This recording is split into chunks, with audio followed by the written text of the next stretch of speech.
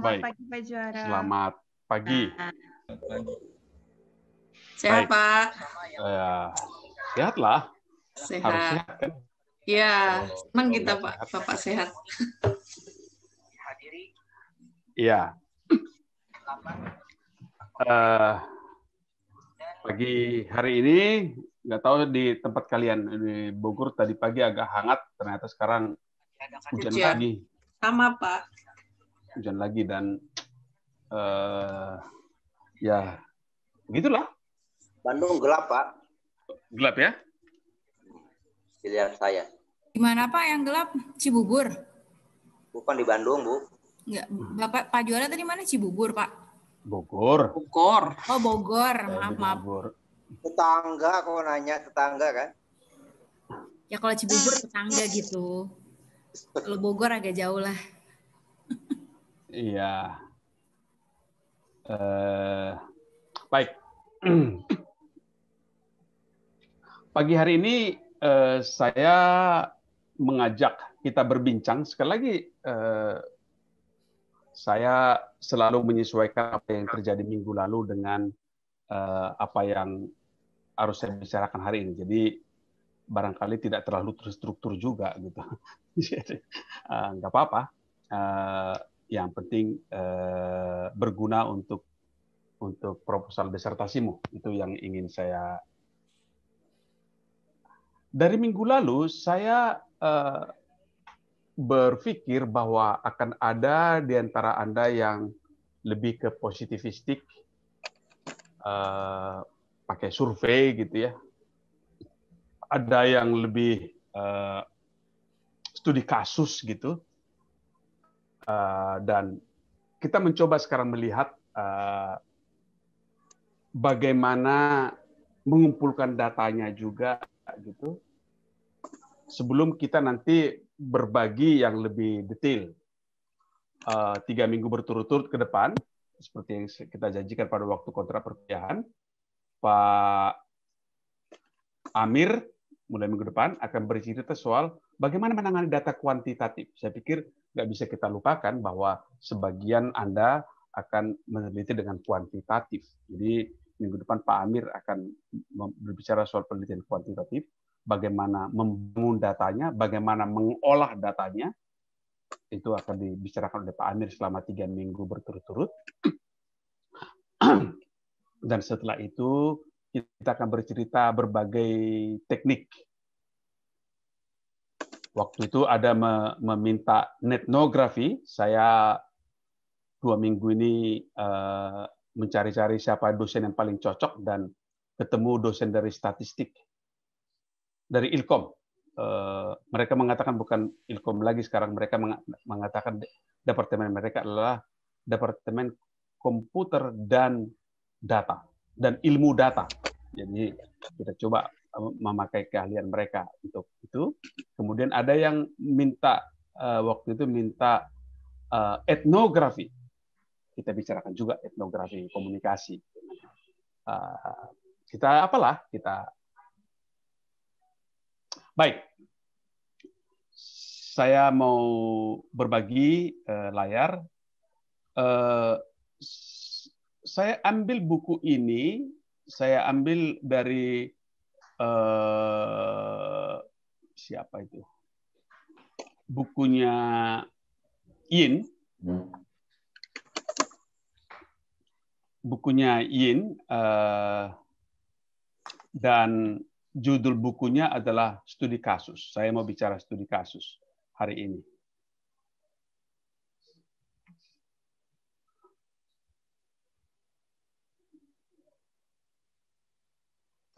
Oke, sebentar. Ya, bukunya dari Yin dan Stakes. 2 buku yang saya gabung, satu dari Yin dan satu lagi dari Stakes. Kok nggak kelihatan? Sebentar. Sebentar.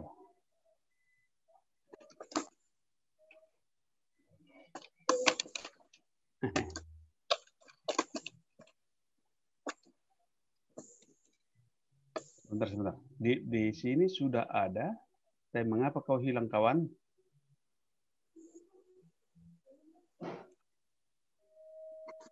Nah, ya. Oke, sekali lagi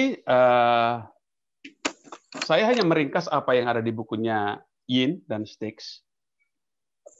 Ini yang dia katakan tentang studi kasus. Tentu saja akan banyak Anda yang melakukan studinya itu dalam studi kasus. Namun banyak juga peneliti yang membuat kasus itu artinya tempat.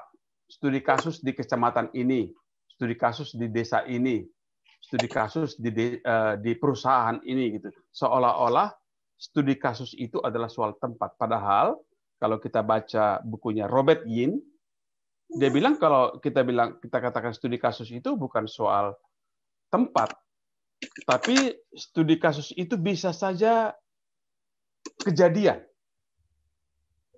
atau bisa saja gejala sosial.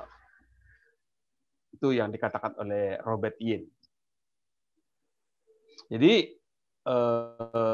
Robert Yin bilang bahwa studi kasus adalah memilih satu atau bisa lebih dari satu kejadian atau gejala sosial untuk diteliti dengan menerapkan serumpun metode penelitian. Jadi dari sini kata kunci yang pertama adalah bahwa itu bisa kejadian, bukan soal lokasi saja, bisa gejala sosial, dan karena dia adalah satu atau lebih dari satu gejala sosial, maka sifatnya adalah mikro.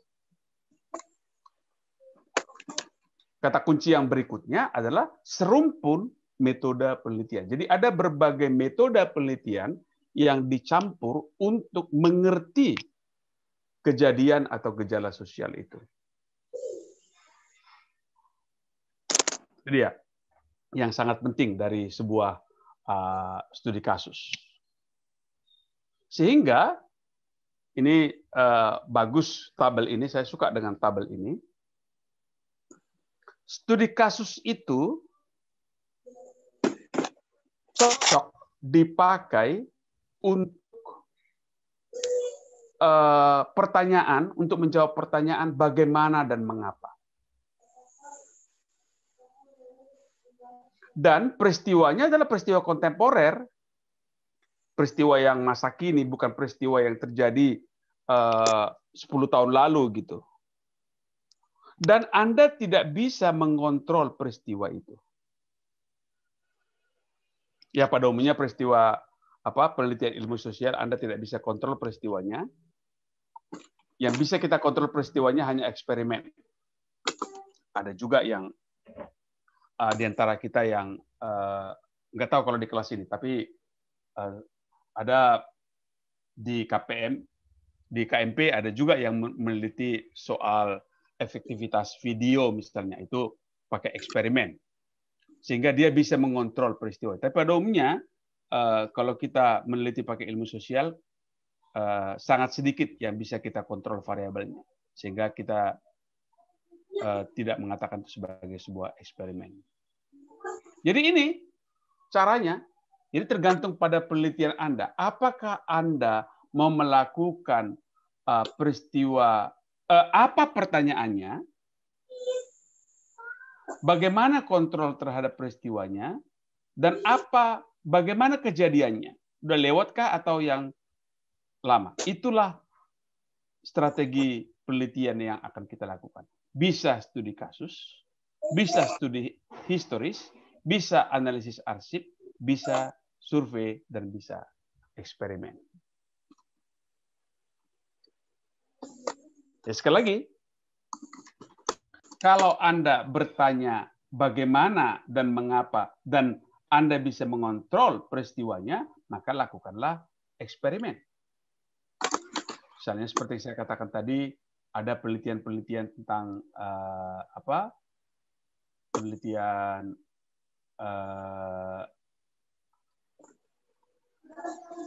dampak atau efektivitas video gitu misalnya. Itu bisa Anda lakukan penelitiannya, dan penelitian itu bisa Anda lakukan sebagai sebuah eksperimen. Tapi kalau pertanyaan Anda siapa di mana dan berapa banyak, itu lakukanlah survei.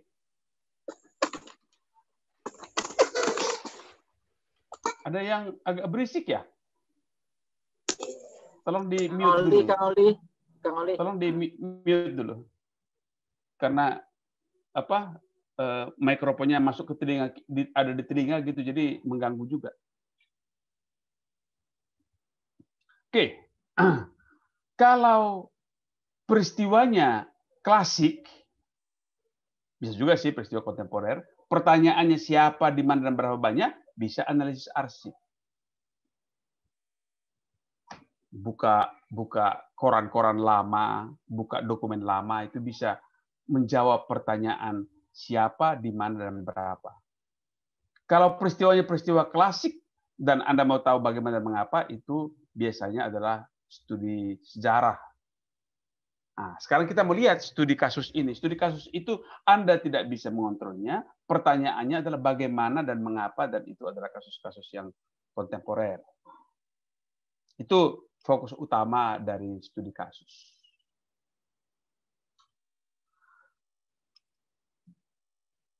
Studi kasus ada macam-macam. Ada studi kasus satu kasus, ada studi kasus dengan multi kasus. Lebih dari satu kasusnya.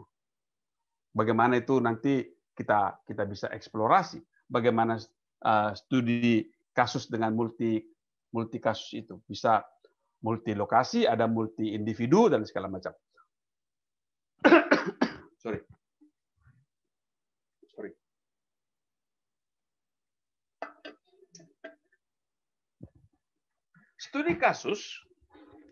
Studi kasus sangat bagus kita pakai kalau kita hendak mencari peubah baru, membangun hipotesa, mencari gejala baru. Itu bisa kita lakukan studi kasus untuk menjawab pertanyaan apa yang terjadi, bagaimana pola yang menonjol, bagaimana hubungan antar pola. Itu bisa kita lakukan studi kasus untuk itu. Misalnya, mengapa sebuah program gagal, mengapa di tempatnya berhasil, itu bisa kita lakukan studi kasus dengan multi lokasi. Di tempat yang gagal, di tempat yang tidak yang berhasil, gitu, kita bisa melakukan karena tujuan kita adalah untuk eksplanasi bagaimana kekuatan sebuah variabel. Mengapa sih program katakanlah penyuluhan ini di sini berhasil, di sini gagal. Kita bisa melihat bagaimana variabel-variabel yang berlaku dan bagaimana kekuatan-kekuatan variabel itu. Sehingga kita bisa mengidentifikasi sebab dan akibat sebuah gejala. Dari studi kasus ini kita akan melihat apa yang melatar belakangi kejadian itu. Bagaimana kekuatan-kekuatan itu berinteraksi. Itu tujuan studi kasus yang sifatnya eksplanasi. Tapi ada juga studi kasus yang sifatnya deskriptif. Misalnya ada tesis yang menceritakan soal keberhasilan Bob Sadino gitu, atau pola komunikasi Bob Sadino, maka itu adalah sebuah studi kasus yang sifatnya deskriptif dan itu mempergunakan etnografi komunikasi. Karena dia ingin mencari apa perilaku, bagaimana kejadiannya, apa sikapnya, struktur kejadian, proses, dan pentingnya gejala. Itu yang dilakukan dengan studi kasus mempergunakan etnografi. Jadi mari kita mempergunakan studi kasus ini dengan dengan cerdas. Tujuannya seperti itu dan pertanyaan seperti itu, sehingga studi kasusnya juga kita lakukan dengan studi kasus yang macam-macam. Ada yang studi kasus dikombinasikan dengan etnografi komunikasi, ada studi kasus dengan multi lokasi, multi subjek, dan segala macam. Sekali lagi, bagaimana memilih studi kasusnya, bagaimana memilih strateginya, itu tergantung pada tujuan penelitianmu.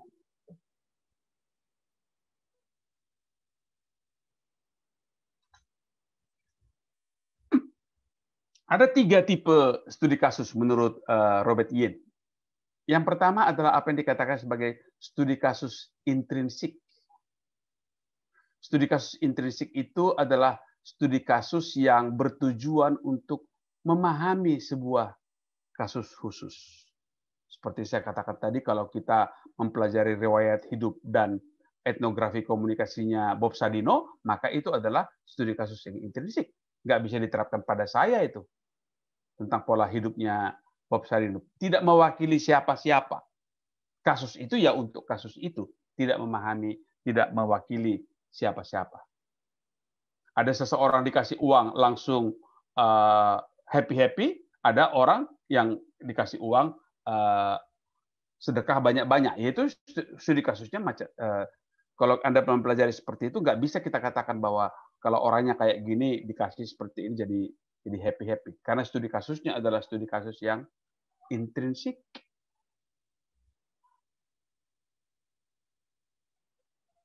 Ada juga studi kasus yang kita katakan sebagai studi kasus instrumental. Studi kasus ini kita pakai untuk berbicara soal teori. Misalnya apa yang dilakukan oleh siapa namanya itu Clifford Geertz, misalnya itu adalah sebuah studi kasus yang instrumental karena dia membangun dan menyempurnakan teori tentang hal itu. Ketika dia meneliti soal apa namanya itu apa judul bukunya itu Santri, Priayi, dan Abangan. Itu sebenarnya kan dia sedang menyempurnakan atau membahas teorinya si Weber tentang etik and capitalism. Kalau Max Weber menganalisis etik Protestan dan kapitalisme, sebenarnya tujuan utama Clifford Geertz datang ke Indonesia adalah untuk mempelajari Islam dan kapitalisme. Yang akhirnya dia melihat bahwa di Jawa itu yang paling kapitalis itu adalah santri dibanding dengan priayi dan abangan. Itu adalah studi kasus instrumental. Jadi studi kasus instrumental itu adalah mengembangkan wawasan tentang satu isu atau menyempurnakan sebuah teori. Itu yang dilakukan oleh Clifford Geertz. Kemudian tipe studi kasus yang ketiga adalah studi kasus kolektif. Sejumlah kasus dipelajari untuk mempelajari gejala umum. Jadi lewat kasus A, B, C, saya ambil kesimpulan seperti ini keadaannya. Walaupun itu pasti lebih susah melakukannya, yang studi kasus kolektif.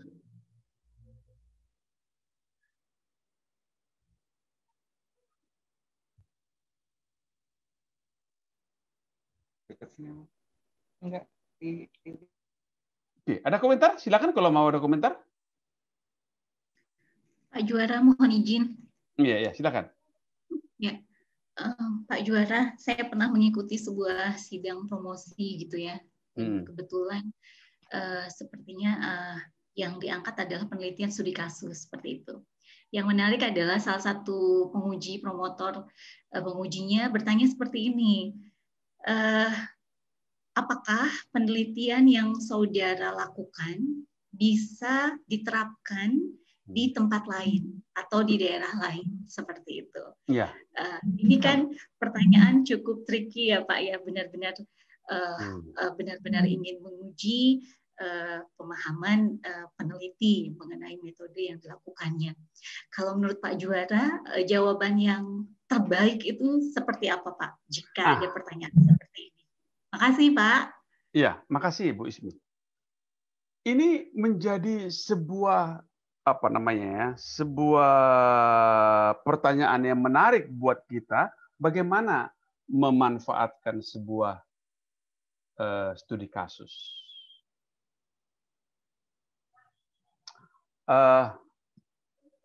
Saya tidak tahu apakah Anda pernah membaca Kebudayaan Kemiskinan yang ditulis oleh Oscar Lewis. Buku itu bercerita soal 5 penggali pasir di Chili apa di mana lupa saya, tapi di Amerika Latin sana. Kisah 5 penggali pasir. Tapi dari 5 kasus penggali pasir ini, dia tulis sedemikian rupa, ketika saya membacanya, iya ya, di kampung saya kayak begini juga. Iya ya, di kampung saya kayak begini juga. Apa yang ingin saya katakan di situ? Oscar Lewis tidak kemudian kan Oscar Lewis kan merumuskan hasilnya itu sebagai kebudayaan kemiskinan. Bagaimana orang miskin itu melihat menjadi sebuah budaya. Bagaimana dia bisa menerima kemiskinan itu, bagaimana dia bisa happy dengan kemiskinannya gitu, bagaimana dia berhubungan dengan orang lain, bagaimana dia bisa itu yang ditunjukkan oleh Oscar Lewis. Istimewa menurut saya bagaimana dalam eksplorasinya sehingga dia tidak muncul hanya dengan cerita tapi muncul dengan insight tentang kebudayaan kemiskinan. Saya tidak tahu siapa yang tuanya, pasti nggak ada lah. Film Osin. Saya dulu ketika lebih muda dari kalian lah sedikit lagi. Saya suka dengan Osin. Mengapa saya suka dengan Osin? Karena Osin itu hanya menceritakan satu orang manusia Jepang dari dia anak-anak sampai dia belum mati sih, hampir mati. Udah tua banget, tua bangka. Tapi dari cerita Osin, saya tahu sejarah Jepang. Walaupun di cerita itu tidak pernah mengatakan inilah Jepang tahun 45, enggak pernah dibilang seperti itu. Itu kan dari mulai Osin masih anak-anak, mungkin sekitar tahun 30 lah. Atau tahun 20 barangkali, saya lupa. Yang ingin saya katakan, di situ kekuatan sebuah studi kasus. Ketika studi kasus, dari riwayat satu orang, saya bisa melihat apa yang terjadi di sekitarnya ketika itu. Maka itu, ketika saya menyajikan sebuah kasus, saya sudah harus membayangkan, saya harus menyajikan juga apa yang terjadi di sekitarnya. Sering sekali Mbak Ismi, sebuah studi kasus tidak memberikan konteksnya, sehingga nggak bisa diapa-apain studi kasus itu. Dan pertanyaan itu akan banyak pada diri Anda nanti ketika Anda menulis disertasi, sampai seberapa jauh kalau saya katakan generalisasi barangkali tidak begitu tepat, sampai seberapa jauh kisah yang Anda kasuskan itu bisa mewakili, dalam tanda petik, bukan mewakili lah, menggambarkan situasi di tempat lain juga. Sehingga ketika saya bercerita tentang sebuah kasus, saya harus bercerita konteks kasus itu. Konteks kasus itu harus saya ceritakan. Jadi kalau dulu kami diajarkan begini membuat kasus itu. Kita mulai biasanya dengan data kuantitatif. Dengan data kuantitatif, kita akan dapat pola. Misalnya, saya mau bercerita soal keluarga. Maka saya bikin tipologi keluarga. Ada keluarga, katakanlah, yang keluarga yang sama-sama suku. Ada yang bapaknya suku X, ada yang bapaknya suku Y. Berapa banyak itu masing-masing? Ada saya punya 4 tipe kombinasi antara suku X dan suku Y. Saya bisa dapat 4 tipe. Lalu saya teruskan dengan, setelah saya lakukan studi yang kuantitatif yang seperti itu, saya punya 4 tipe itu, lalu saya lakukan studi kasus terhadap masing-masing tipe.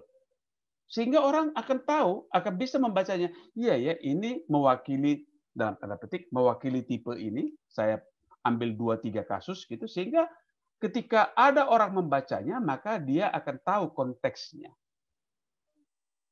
Sering sekali, Bu Ismi, saya pernah juga, jangan-jangan yang kita dengar sama pertanyaan itu, ketika penguji menanyakan, apakah ini bisa diterapkan, dan saya ketika itu langsung mengatakan tidak bisa diterapkan gitu. Saya akan mengatakan bahwa dengan kondisi seperti ini, dengan tipe seperti ini, kasus itu bisa benar. Begitu kalau saya melihatnya. Walaupun tentu saja kita perlu hati-hati sekali menarik kesimpulan seperti itu. Itu Bu Ismi. Terima kasih Pak Juara. Jadi konteksnya itu sangat penting. Konteks dari kasus itu. Monggo, silakan kalau masih ada.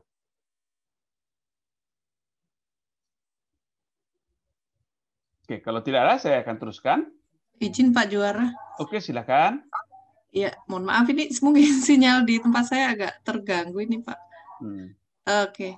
Tadi menyambung dari Teh Ismi Pak Juara. Jadi memang saat ini kan memang kalau sebuah riset itu dituntut sebuah novelty. Nah, kemudian ketika saya juga pernah mengikuti sebuah forum, jadi kebanyakan penelitian itu memang kemudian hanya, mungkin kemarin juga ada penjelasan juga dari Bu Titi ya, kalau saya tidak salah mendengar, terkait dengan kadang-kadang penelitian itu hanya berpindah tempat saja, tetapi dengan topik dan mungkin konsep atau yang sama. Nah, ini menurut Bapak gimana ya Pak dengan adanya mungkin banyaknya fenomena dalam riset seperti ini dikaitkan dengan tuntutan adanya novelty? Iya. Justru itu serunya kita bicara paradigma nanti. Oh iya. Di situ serunya. Karena begini Bu Farida. Ya. Saya menjadi tertarik dengan paradigma terus terang saja ketika saya baru-baru sampai di Filipina dan ketemu dengan senior-senior, dengan kakak-kakak kelas, yang seperti Bu Farida bilang, hanya berbeda lokasinya saja, itu dilakukan oleh kawan-kawan agribisnis, Bu Hanifah bisa counter saya, dilakukan oleh kawan-kawan kita dari ilmu fisik.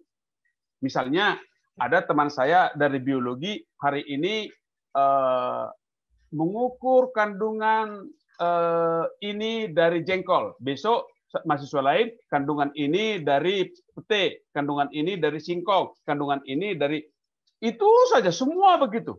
Lalu untuk dokter bukan satu komoditi tapi 5 komoditi gitu. Ini apa sih ini? Kok kayaknya saya bilang itu kayak studi D10 gitu. Kalau D1, D2, D3 diploma bolehlah seperti itu ya, tidak lagi itu yang saya lihat di apa misalnya di tata niaga, di kawan-kawan agribisnis. Bu Hanifah yang di agribisnis pasti lihat itu. Hari ini tata niaga padi, mahasiswa lain tata niaga jagung, tata niaga ubi, segala macam gitu-gitu saja. Jadi kalau Ibu Farida bilang novelty-nya di mana, ya novelty-nya ya soal lokasi aja gitu. Soal lokasi dan soal komoditi gitu.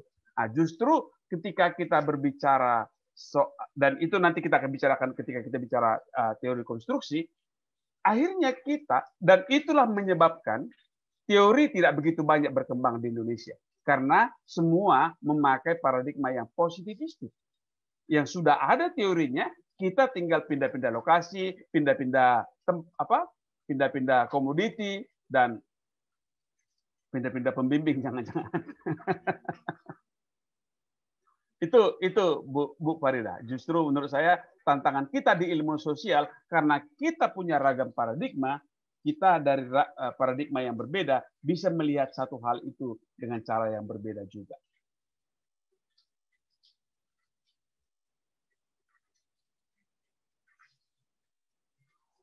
Baik Pak Juara.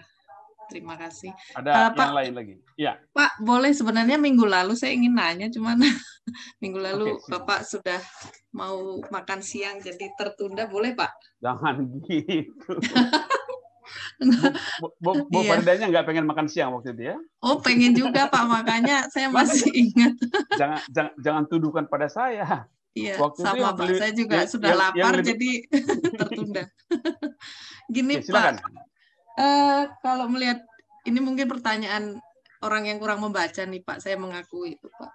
Jadi kalau di dalam bukunya Creswell itu kan dalam worldview-nya itu kan dia tidak mengatakan positivis tapi post-positivis begitu ya Pak Juara ya. Nah mungkin apa ya? Mungkin bisa dijelaskan faktornya apa atau latar belakangnya apa. Nah kemudian yang kedua nih Pak Juara, ketika kita melakukan penelitian mixed method itu kemudian kita merujuk pada paradigma yang mana ya Pak? Nah, mungkin dua itu dulu Pak. Terima kasih. Oke. Istilah memang agak banyak apa namanya itu tercampur baur. Yeah. Kalau kita baca bukunya Creswell, Bu Farida mengatakan Creswell, dia mengatakan paradigma kualitatif dan paradigma kuantitatif. Itu Creswell bilang gitu. Kalau kita baca bukunya Lincoln dan Guba, dia mengatakan ada 4 paradigma. 5. Positivistik, post-positivistik, kritis, partisipatoris, dan konstruktivis. Kalau kita baca tulisannya siapa tuh? Nung Harjono, lain lagi. Dia bilang begini, paradigma itu cuma 2, positivis dan post-positivis. Post-positivis itu ada 4.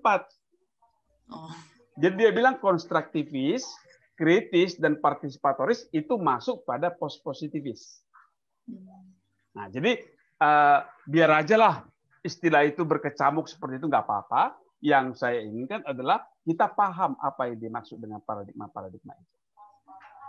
Apa yang dimaksud oleh Creswell,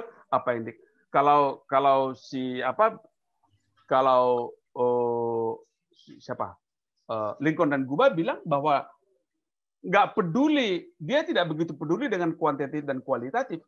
Dia lebih peduli pada paradigma positivistik, ada juga data kualitatif, ada data kuantitatif. Cuman cara mendapatnya beda. Ketika kita bicara paradigma kritis, kita juga mempergunakan data kuantitatif, bisa juga kita menggunakan data kualitatif. Jadi berbeda sekali data dengan paradigma. Itu kata si Lincoln dan Guba. Itu jadi jangan ragu tentang, jangan pusing dengan seperti itu. Tangkap saja. Pokoknya kita ngerti apa yang mereka maksud dengan paradigma. Kemudian kalau Ibu mempergunakan istilah mixed method, ini menjadi persoalan memang. Karena kadang-kadang, contoh misalnya, ketika Lincoln dan Guba mengatakan paradigma post-positivistik, maka itu adalah penggunaan data kuantitatif dan data kualitatif, itu yang dimix. Data kuantitatif dan data kualitatif itu dicampur, itu menjadi mixed method. Walaupun ada juga dikatakan sebagai mixed paradigm. Nanti kita lihatlah itu dengan lebih dalam ketika kita bicara teori construction. Jadi memang beda-beda istilah yang mereka pergunakan tentang paradigma dan pendekatan.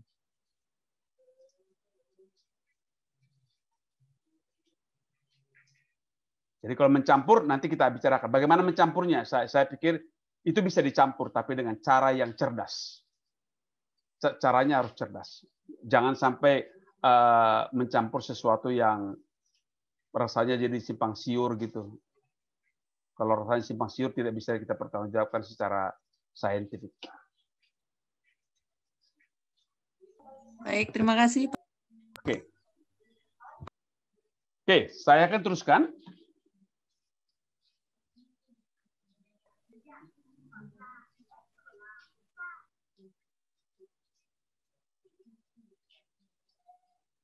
Oke, ini nggak usah, nanti terlalu susah tuh. Ini juga. Jadi ketika kita melakukan studi kasus, bisa kita lakukan kasus tunggal, benar-benar satu saja, bisa saja kasus majemuk. Ketika kita melakukan kasus tunggal, maka itu memang sangat penting untuk melihat keberlakuan teori. Dan ini kasus tunggal ini sangat seru kalau kita lakukan untuk peristiwa langka dan unik. kasus ingat tuh bagaimana koran satu disertasi yang saya baca membanding antara pemberitaan Suara Pembaruan dan pemberitaan Republika tentang peristiwa Ambon. Yaitu nggak bisa direplikasi tuh karena peristiwanya unik dan korannya unik. Nggak bisa kita katakan kalau begitu koran-koran yang beraliran Islam pasti begini, koran-koran Kristen nggak bisa.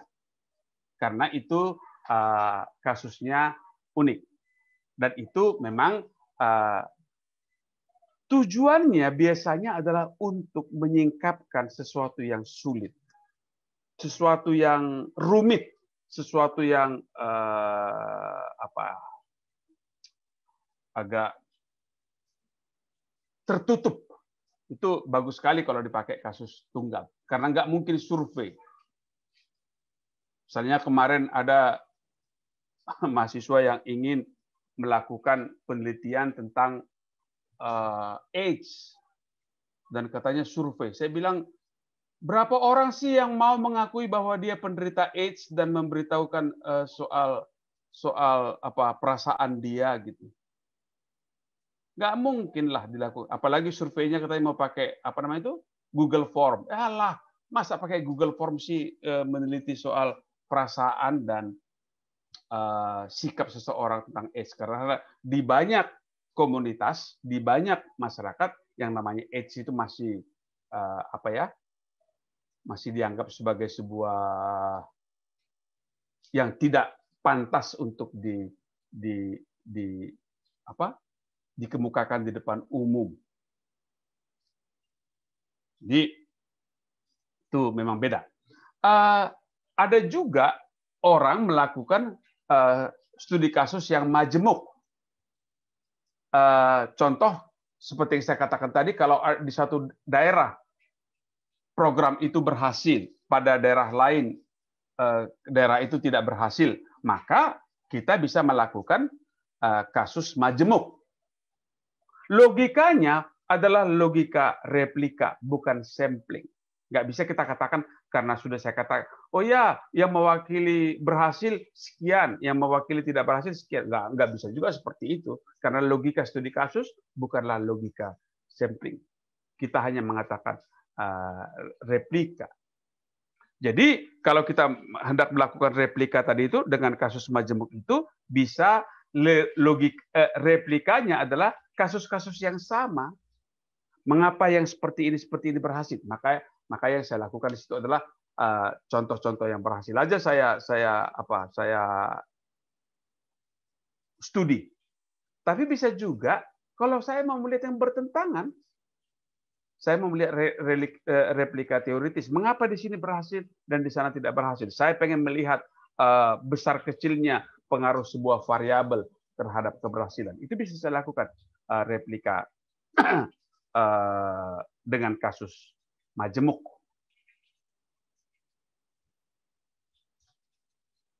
Sehingga kalau saya melakukan studi kasus, maka inilah prosedur yang saya lakukan.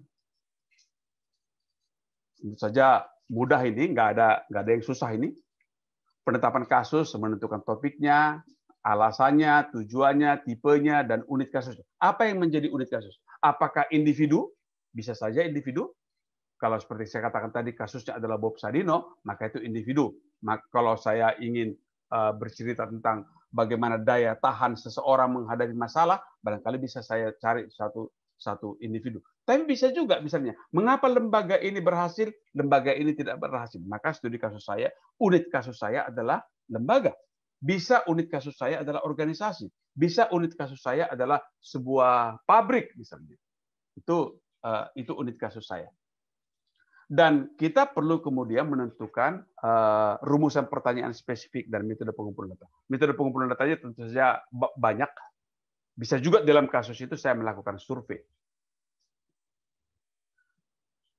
Itu, dan kemudian ini ya itu prosedur penelitian biasalah, nggak perlu saya bahas di sini. Saya pikir Anda sudah tahu itu.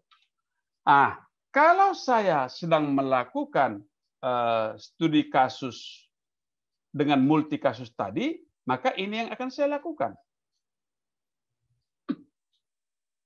Setelah saya desain sedemikian rupa, saya punya, misalnya ini saya punya 3 kasus nih. Kasus 1, kasus 2, kasus 3. Ini pernah kita lakukan beberapa kali untuk saya sedang meneliti sebuah keberhasilan lembaga petani misalnya waktu itu. Maka ada kasusnya adalah kasus petani sawit, ada petani kopi, ada petani cengkeh. Lalu saya tulis, ada kelembagaan petani cengkeh, ada kelembagaan petani sawit, ada kelembagaan petani sawit. Lalu dari masing-masing, setelah laporan ini selesai, lalu ditarik konklusi lintas kasus. Ini baru selesai bukunya. Namanya Kawasan Perkebunan Berbasis Korporasi Petani. Itu ditulis oleh beberapa orang, saya menulis bagian kelembagaannya. Itu dari beberapa kasus kita lakukan. Lalu ada tarik konklusi lintas kasus, tapi kami nggak sampai ke sinilah. Kami tidak sampai memodifikasi teori. Yang kami lakukan adalah ada implikasi kebijakan dari buku itu, dari penelitian itu. Implikasi kebijakannya adalah beginilah membuat mengembangkan kawasan pertanian di Indonesia yang kita katakan sebagai beginilah korporasi pertanian. Anda yang mendalami pertanian pasti tahu yang pemerintah kita mengatakan korporasi petani. Kami mengatakan bukan korporasi petani, tapi korporasi pertanian. Karena bukan petaninya yang disatukan, harus ada orang lain juga yang mendukung pertanian itu, harus bersatu di situ dalam korporasi pertanian. Itu yang kita apakan. Begini cara bekerja kami ketika itu. Jadi ada kasus 1, kasus 2, kasus 3, dan itu kita lakukan berbagai metode penelitian. Tadi teknik penelitiannya macam-macam. Ada wawancara, ada pengamatan, ada studi dokumentasi. Dari situ saya dapat studi kasus 1, kasus 2, kasus 3, dan kami melakukan penarikan kesimpulan sampai kepada implikasi kebijaksanaan. Ini buku yang saya pakai, saya katakan tadi, ada dari yang ada di bukunya Denshin dan Lincoln, itu Robert Sticks. Buku yang kedua yang lebih banyak saya pakai adalah dari Robert Yin. Sampai di sini ada pertanyaan, silakan. Untuk studi kasus. Selamat siang, Pak Juara. Iya, silakan. Sebenarnya sih, Pak, pendekatan studi kasus ini kalau untuk aplikatif di penelitian susah-susah gampang atau lebih banyak susahnya daripada gampangnya ya, Pak ya. Saya melakukan Heni suaranya kecil. Ya, kedengaran Kak Heni. Assalamualaikum. Terdengar? Waalaikumsalam, kecil. Ya, sekarang udah lebih bagus. Saya dekatkan mikrofonnya, Pak. Karena kalau saya melakukan penelitian studi kasus juga di lapangan, saya mengumpulkan data dan mengolahnya seperti serampangan ya, Pak ya. Dan seperti tabel-tabel yang Bapak tadi share kepada kami juga kan ya, itu secara pemahaman aplikatif harus dibimbing dengan lebih pada detail-detail tahapan-tahapan apa yang harus kami lakukan pertama sampai dengan terakhir. Saya pun sebenarnya sampai sekarang tidak begitu bisa membedakan apa perbedaan dari pendekatan studi kasus atau pendekatan seperti fenomenologi, Pak, atau etnografi, karena saya rasa juga pengolahan datanya itu-itu saja ya, Pak ya. Iya. Gitu. Terus tadi Bapak juga ini saya dapat insight baru, ternyata emang pendekatan study case bisa di-combine dengan pendekatan yang lainnya ya, gitu ya. Misalnya etnografi atau pendekatan yang lainnya. Itu juga pertanyaan yang kedua saya, ketika misalnya kita coba untuk meng-combine study case dengan misalnya etnografi dan juga ekologi, dua posisi pendekatan tersebut, apa perbedaannya? Apakah studi kasus dijadikan sebagai pisau bedahnya? lalu etnografi sebagai nuansa penelitiannya, gitu kan ya, apa yang menjadi perbedaannya, gitu. Itu yang pertanyaan yang kedua saya. Lalu sebenarnya saya juga masih meraba-raba, jadi perbedaan antara metode dan metodologi juga apa ya Pak ya sejauh ini? Itu yang ketiganya. Yang keempatnya adalah kami diberi tugas oleh Bu Titi membaca bab tentang lebih pada penelitian apply Pak, research apply gitu kan, karena seperti yang kita tahu ternyata keilmuan komunikasi itu berkembang pesat terutama di sisi apply science ya. Ada salah satu halaman yang saya baca ketika mendekati narasumber untuk pengambilan data, ada istilah-istilah seperti third person perspective research dan juga kayak first perspective research. Apa yang membedakan dari dua istilah tersebut juga Pak? Ternyata maksudnya Pak, ketika misalnya kami, mungkin saya, pengalaman saya membimbing mahasiswa ya, itu didasarkan pada mungkin pemahaman saya yang sangat dangkal ya Pak ya. Dan ini saya dan juga rekan yang lainnya menjadikan momen belajar metode penelitian komunikasi untuk menggali lebih dalam berkaitan dengan pemahaman saya tentang metode yang selama ini serampangan Bapak. Atur nuhun Bapak, mohon pencerahannya. Pencerahan itu datang dari diri sendiri, saya hanya mengganggu pikiran. Mohon diarahkan Pak ke jalan yang benar. Sama sekali nggak mau saya mengarahkan itu. Sama sekali enggak. Saya hanya menceritakan apa yang saya baca, apa yang saya pahami gitu. Kalau itu mencerahkan Anda, Anda yang bikin cerah diri Anda sendiri, kan begitu ya? Oke. Bapak, mohon.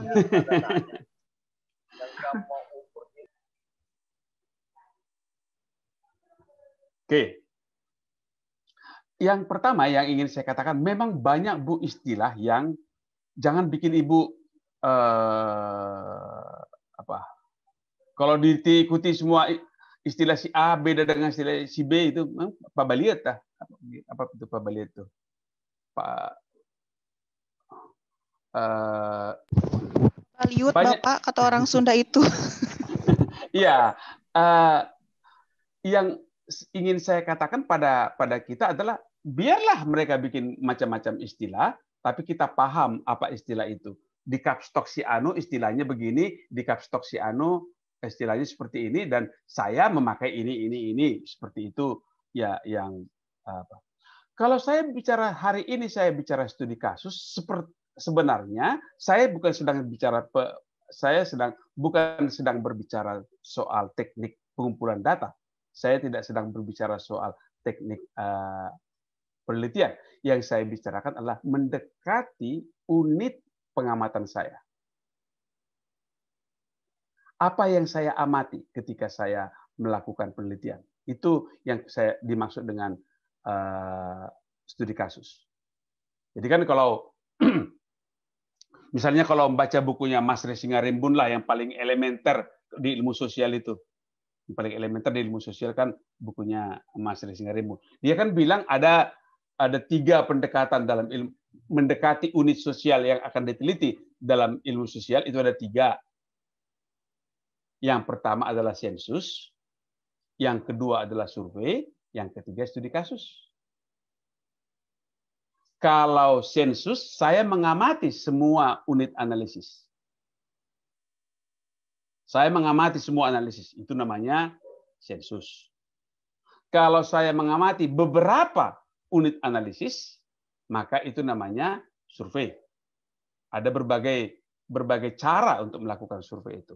Sehingga survei itu unit analisis yang saya amati, saya anggap merepresentasikan, mewakili populasi.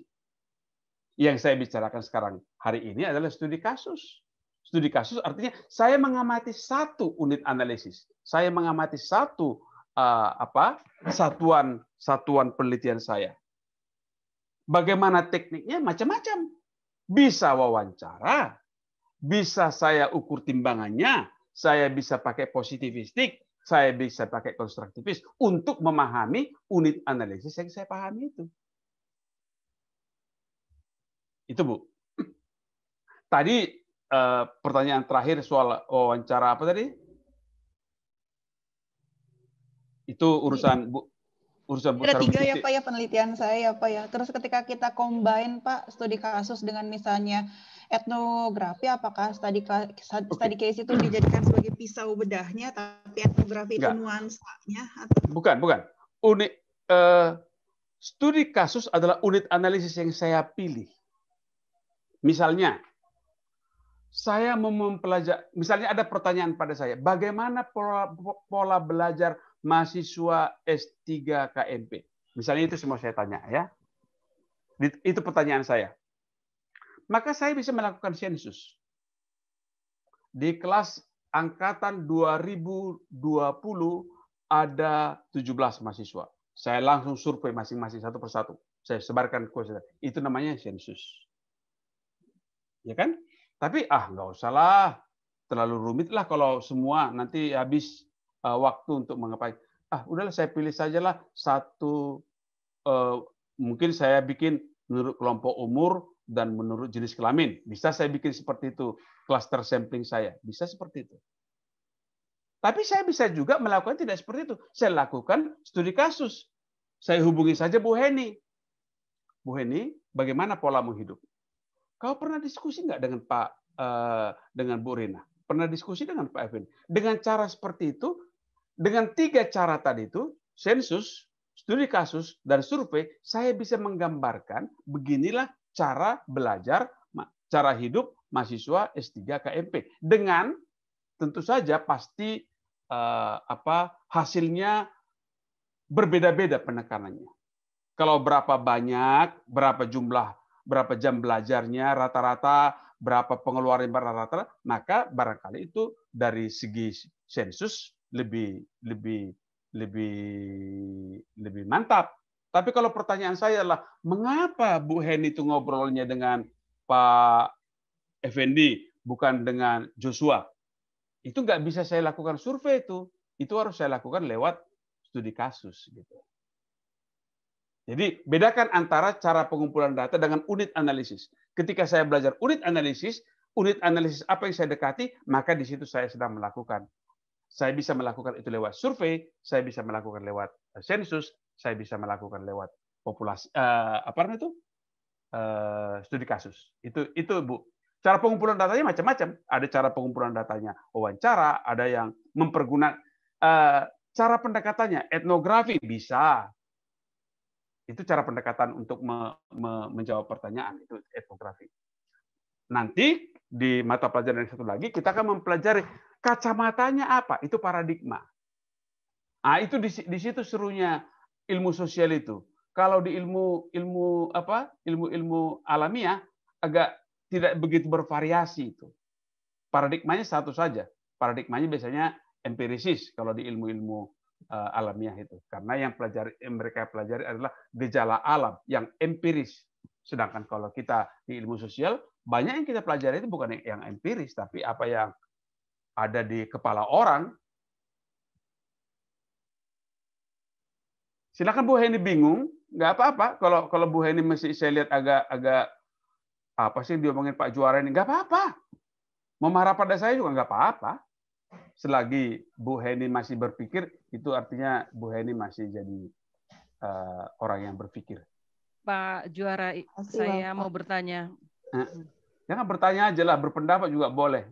Tanya dulu Pak, orang nggak ngerti.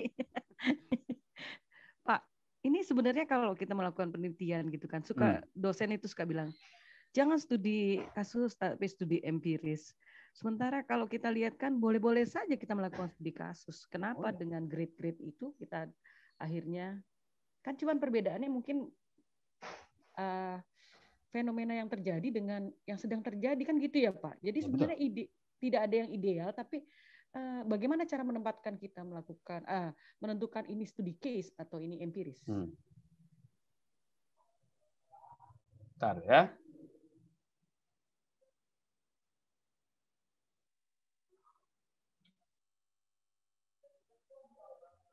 Saya mau tunjukkan gambar yang tadi lagi. Kapan saya memakai itu? tabel ini menurut saya bisa membantu kita untuk memahaminya. Kapan saya melakukan survei? Survei saya lakukan kalau pertanyaannya adalah siapa, di mana, berapa banyak. Itu kalau pertanyaannya seperti itu, maka saya lebih cocok kalau saya lakukan itu lewat survei, lewat sebuah penelitian yang sampelnya lebih besar. Tapi kalau pertanyaannya adalah bagaimana, mengapa, survei biasanya, bukan biasanya, bisa menjawab itu tapi sangat sumir, sangat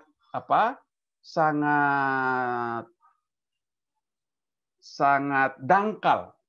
Sehingga saya lebih suka menceritakan itu lewat studi kasus. Seperti yang tadilah, apa keluh kesah mahasiswa KMP di sekarang ini kuliah. Saya lebih suka melakukan itu dengan studi kasus, karena dengan studi kasus saya akan mendapat informasi yang dalam, mendapat informasi yang luas tentang bagaimana sebenarnya yang sedang terjadi. Pasti itu berbeda kalau saya melakukannya lewat survei. Jadi tergantung pada pertanyaannya, pertanyaan penelitiannya. Saya pikir tabel tadi itu bisa dikembangkan lagi lah. Bagaimana, kapan kita melakukan survei, kapan kita melakukan studi kasus. Begitu.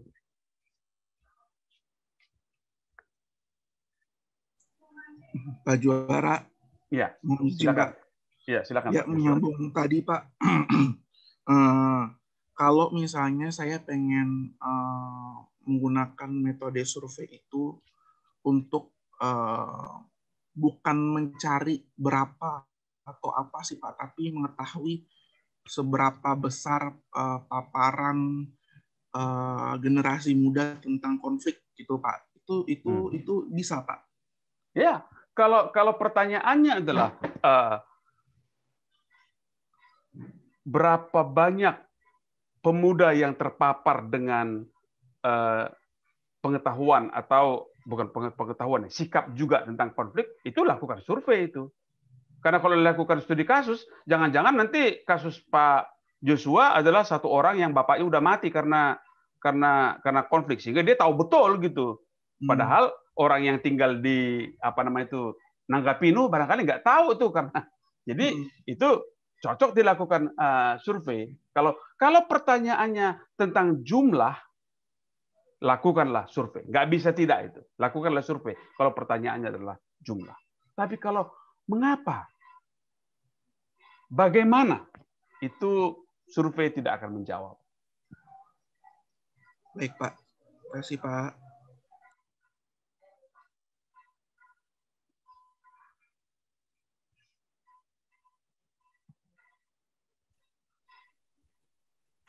Oke.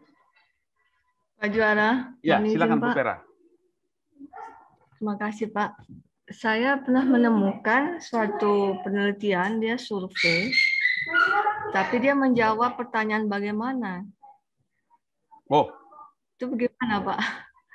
Ya, menurut survei, saya itu metodenya cocok. Menurut saya itu nggak cocok. Nggak cocok. Dia menjelaskan suatu keadaan. Iya. Kalau pertanyaannya bagaimana, survei itu nggak cocok. Tapi kalau berapa banyak itu cocok lah survei. Kalau pertanyaan mengapa gitu Pak? Mengapa juga lebih pas kalau itu dilakukan dengan pendekatan yang lebih mendalam. Studi kasus Pak gitu. Iya, studi kasus. Nah, studi kasus kan berarti artinya satu objek aja Pak ya, tidak keseluruhan dari. Itu kan tadi saya bilang. Kalau kita katakan studi kasus, bisa saja yang kita lakukan adalah multi kasus. Jadi misalnya seperti tadi Pak Joshua mau mengetahui berapa banyak. Sudah tahu dia berapa banyak, lalu dia membuat pola-pola. Oh ternyata ada yang pengetahuannya itu kayak begini. Atau sederhana sajalah. saya mau memperdalam mengapa orang ini dalam pengetahuannya, mengapa orang ini sedikit pengetahuannya. Saya mau klaster dulu ah. Saya mau bikin klaster. Satu klasternya adalah klaster yang tinggal di kota, tinggal di desa. Laki-laki, perempuan. Yang bapaknya ikut konflik, yang bapaknya tidak ikut konflik. Atau suku. Satu suku Dayak, satu Jawa, satu Madura. Saya mau dalami itu. Maka saya sedang melakukan, setelah survei yang tadi, saya melakukannya dengan studi multi kasus. Jadi studi multi kasus itu, tapi logikanya bukan logika representasi. Logikanya adalah logika replika. Saya pengen tahu gimana pendapat laki-laki, bagaimana perempuan. Bagaimana yang bapaknya ikut konflik, bagaimana yang bapaknya tidak ikut konflik. Pasti beda-beda. Itu yang saya dalami dengan mengapa. Kalau berapa banyak, tadi sudah saya lakukan dengan survei. Bisa saya lakukan kan? Pengulangan, Pak ya? Maaf, Pak. Replika tadi pengulangan. Ya, replika tadi diulang. Diulang Karena, dalam satu. Ya, betul. Kalau satu saja saya tidak yakin, saya mau bikin 2 lah. Gitu. Ya. Misalnya, saya dalami 2 orang Jawa, 2 orang Dayak, 2 orang Madura. Saya bisa lakukan seperti itu kan? Sehingga saya akhirnya di akhir saya akan tahu berapa banyak dan mengapa mereka melakukan itu. Saya jadi tahu tuh. Tahu berapa banyaknya lewat survei, bagaimananya itu saya lakukan, saya dapat lewat studi kasus. Berarti dalam survei itu bisa kita melakukan metode lain ya, Pak ya? Dalam survei itu bisa kita... Saya mengatakan dalam penelitian itu kita bisa melakukan berbagai pendekatan. Iya. Satu penelitian, ada surveinya, tahap pertama saya lakukan survei, lalu tahap lainnya saya lakukan studi kasus. Bisa terjadi seperti itu. Iya. Pak Juara. Ya, silakan. Ya, Pak. Gara-gara Bapak ngomong gitu, saya sedikit menduga saja, Pak. Sebaiknya memang kalau studi kasus tuh karena dari kita bisa beranjak dari agak kecil suaranya. Gini gimana, Pak? Oke, sip. Pak, saya tuh menduga kalau studi kasus itu memang kayaknya kualitatif mainnya, Pak. Begitu, Pak? Atau gimana, Pak? Saya menduga saja. Iya, jadi kalau kita ingin jauh lebih dalam itu pasti kualitatif, Bu, pasti kualitatif.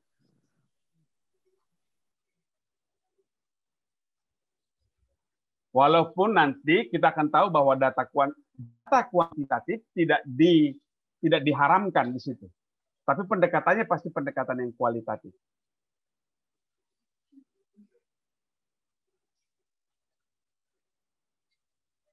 Pak, tadi di awal kan Bapak sampaikan bahwa case study ini, studi kasus ini bisa berdasarkan lokasi. Nah, biasanya misalnya kayak tempo hari itu saya mewakili Indonesia gitu.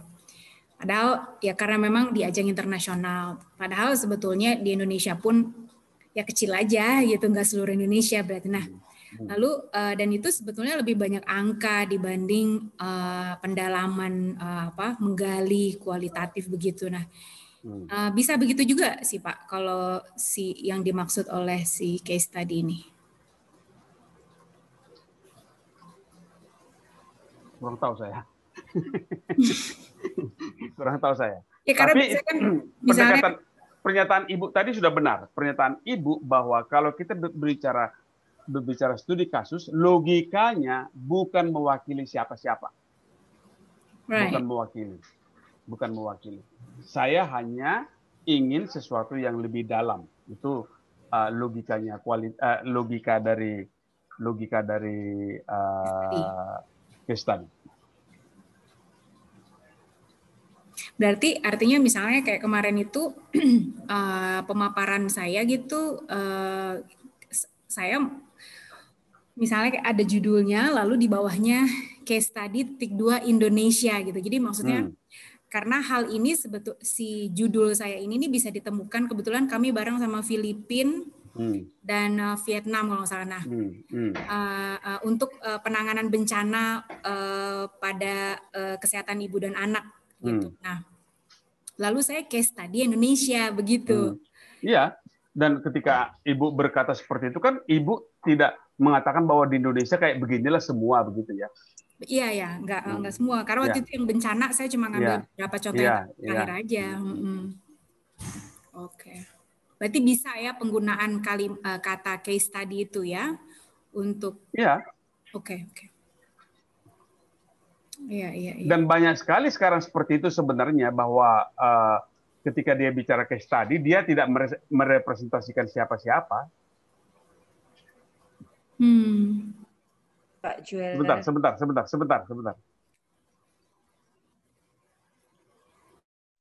Banyak antri pertanyaan nih kayak teman-teman nih. Semakin pusing.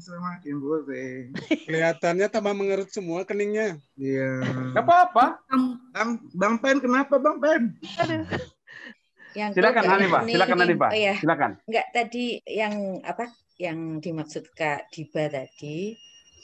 Itu tadi kan pendekatannya Kak Diba tadi kan pakai pendekatan kuantitatif ya. Tadi ya, tapi Kak Diba menyebut di judulnya itu studi kasus di Indonesia gitu. Padahal kalau studi kasus pendekatannya kuantitatif itu. Saya jadi bertanya begini Pak Juara, studi kasus sama tidak dalam penamaannya di judul kita gitu. Itu Bu Hanifah sedang sedang bermain-main dengan yang saya katakan tadi. Beda orang, beda istilahnya. Jadi lihat dulu siapa yang mempergunakan istilah itu. Kadang-kadang orang mengatakan itu sebagai studi kasus, kadang-kadang mengatakan itu sebagai kasus gitu. Tapi kalau saya dengan mengikuti apa yang diutarakan oleh si Robert Ian yang mengatakan, ketika dia mengatakan studi kasus, dia sedang bercerita tentang bagaimana saya mendalami satu hal untuk menerangkan itu lebih dalam dengan kualitatif. Bahwa nanti akan saya pergunakan juga data kuantitatif, mungkin saja saya pergunakan data kuantitatif. Tapi pendekatan saya adalah pendekatan yang lebih kualitatif. Itu kalau kata Robert Ian. Pak Juara, konfirmasi. Jadi kalau kita menggunakan unit analisis studi kasus itu hasilnya apakah bisa merepresentasikan unit analisis yang lebih besar? Atau itu harus dilakukan penelitian kembali menggunakan unit analisis yang lebih besar seperti sensus? Iya. Studi kasus tidak pernah berniat untuk digeneralisasi. Jadi itu hanya berlaku untuk unit analisis yang kecil saja. Yang kita amati tadi, iya. Hanya itu kekuatannya, dia sebuah studi kasus menjadi menarik ketika orang membacanya. Iya ya, kayaknya di kampung saya begitu juga gitu. Pilot project-nya saja, Pak. Iya. Makin bingung ya teman-teman. Nambahi Kak Heni boleh Pak. Nanggap. Saya suka sekali dengan kebingungan kalian itu. Dan kalau saya baca di ruang chat ini, bagus sekali, udah berhasil saya. Saya merasa dosen yang bagus hari ini. Aduh, Pak Juara, jangan bikin pusing. Jangan. Kalau kalian nggak pusing, masa cuma saya yang pusing? Nggak adil dong. Aduh, Kak Hanifah dulu deh, saya mau penasaran. Iya, nanggapi Mbak Heni tadi, nggak sekedar info saja gitu. Kemarin pas statistika, saya bertanya ke dosennya gitu, Mbak Heni, kalau sensus itu bukan teknik survei. Karena kalau sensus itu kan semuanya dicacah ya, jadi tidak sampling. Kalau yang survei itu yang sampling, maka kalau sensus itu justru kualitatif itu. Yang lebih menggali gitu. Hanya kalau level mungkin kalau tidak pakai pendekatan kualitatif hanya deskriptif saja. Jadi sensus itu tidak bisa digeneralisir untuk lokasi yang lain pun tidak bisa gitu. Tidak sama dengan survei yang sampling gitu. Mohon maaf kalau salah. Hanya mengomentari saja. Kan gini. Ini sekarang kita sedang membedakan sensus dengan survei ya. Sensus dan sampling. Sensus dengan sampel. Kan begini, kalau misalnya saya ingin tahu janganlah kalau di kelas ini cuman 17 jadi nggak gitu seru.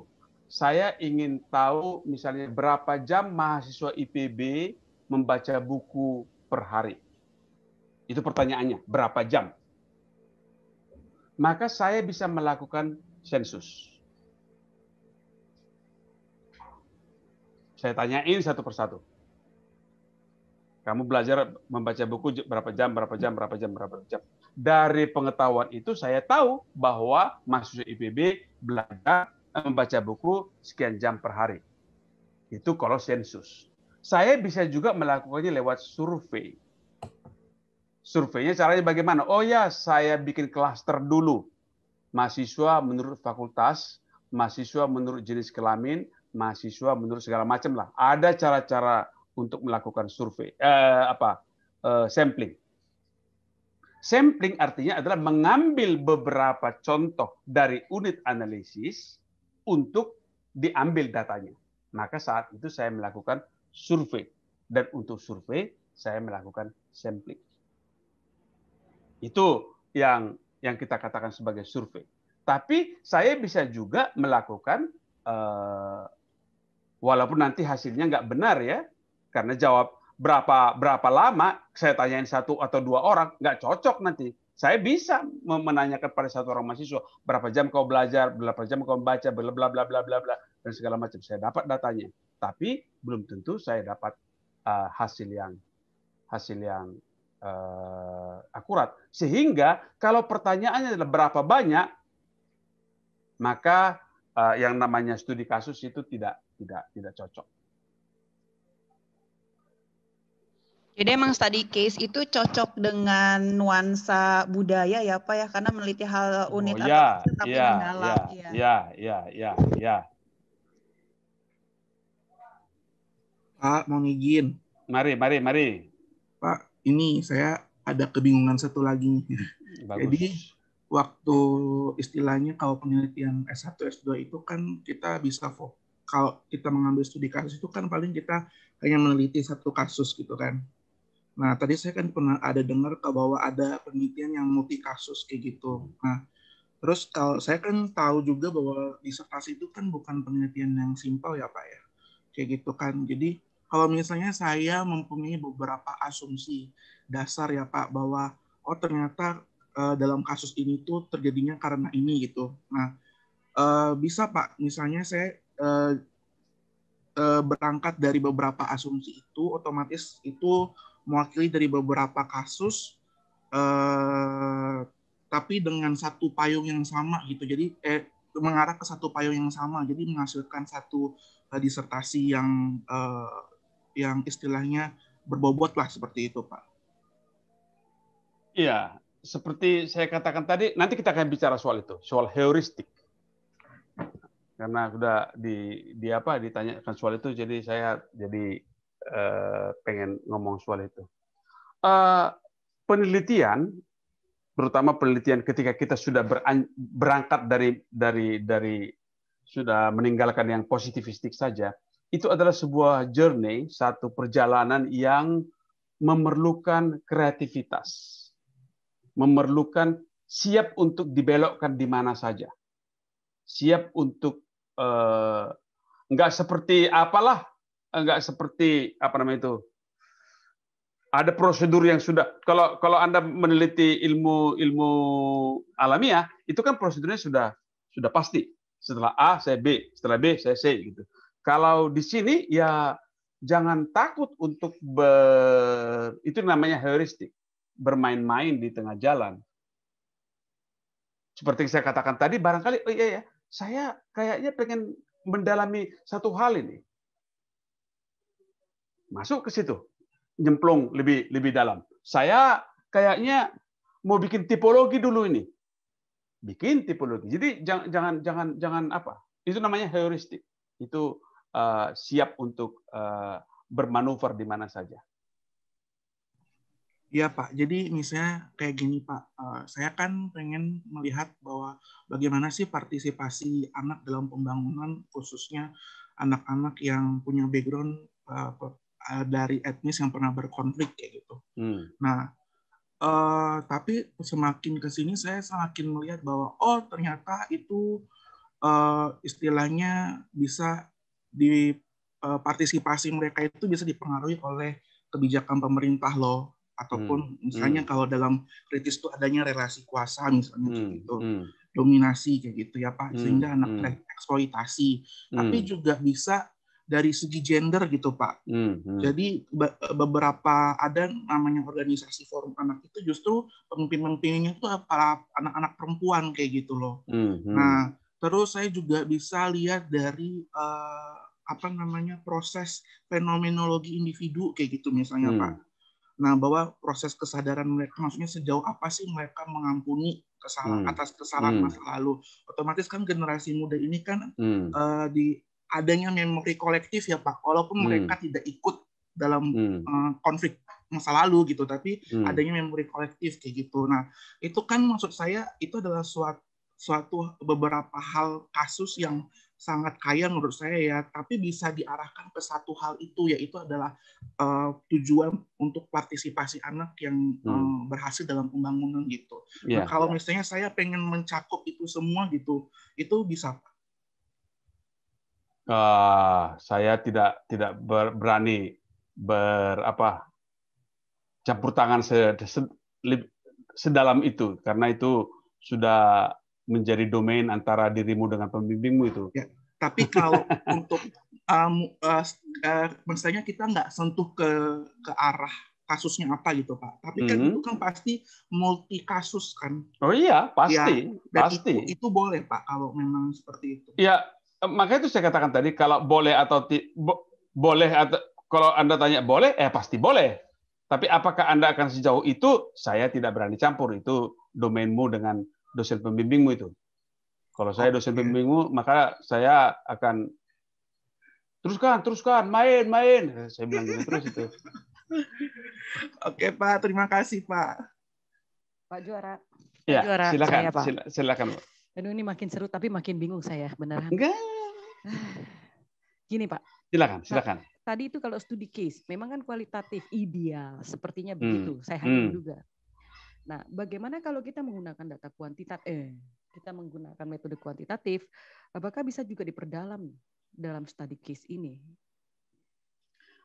Justru itu yang saya katakan tadi, Bu. Terutama untuk penelitian yang sudah tahap doktor ya. Sering sekali kita dengan penelitian kuantitatif mentok. Dengan kuantitatif kita dapat data, tapi datanya nggak bisa kita terangkan. Kenapa gini ya? Kalau biasanya kalau kita untuk S1 ya udah selesailah sudah, bahwa ini tidak berbeda nyata, selesailah. Kan gitu ya, selesai gitu. Tapi kalau S3 tentu saja Anda, kenapa yang terjadi seperti ini? Maka Anda tidak berhenti di situ dan Anda akan meneruskannya dengan studi yang lebih dalam lagi. Ambil kasus-kasus gitu, sehingga lebih dalam yang Anda pahami. Saya nggak tahu, lupa saya sudah pernah saya ceritakan nggak di sini tentang perilaku penyuluh itu? Belum Pak. Belum. Benarkah belum? Karena saya kuliah meteorologi di 3 kelas, jadi saya nggak tahu mana yang sudah saya ceritakan, mana yang belum. Maaf ya. Kebanyakan. Ya, ini adalah kasus kami membimbing seorang mahasiswa S1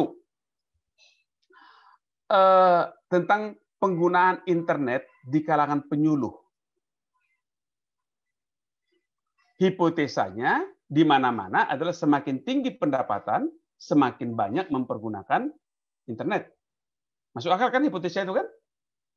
Kalau dia tinggi penghasilannya, maka dia punya alat, karena dia punya alat, dia punya pulsa juga, lain dengan yang tidak punya pulsa, hanya cari-cari wifi yang gratis gitu. Itu hipotesanya. Ternyata setelah diteliti di Bogor, itu di penyuluh di Bogor, hipotesa ditolak. Ternyata semakin tinggi penghasilan penyuluh di Bogor, semakin rendah menggunakan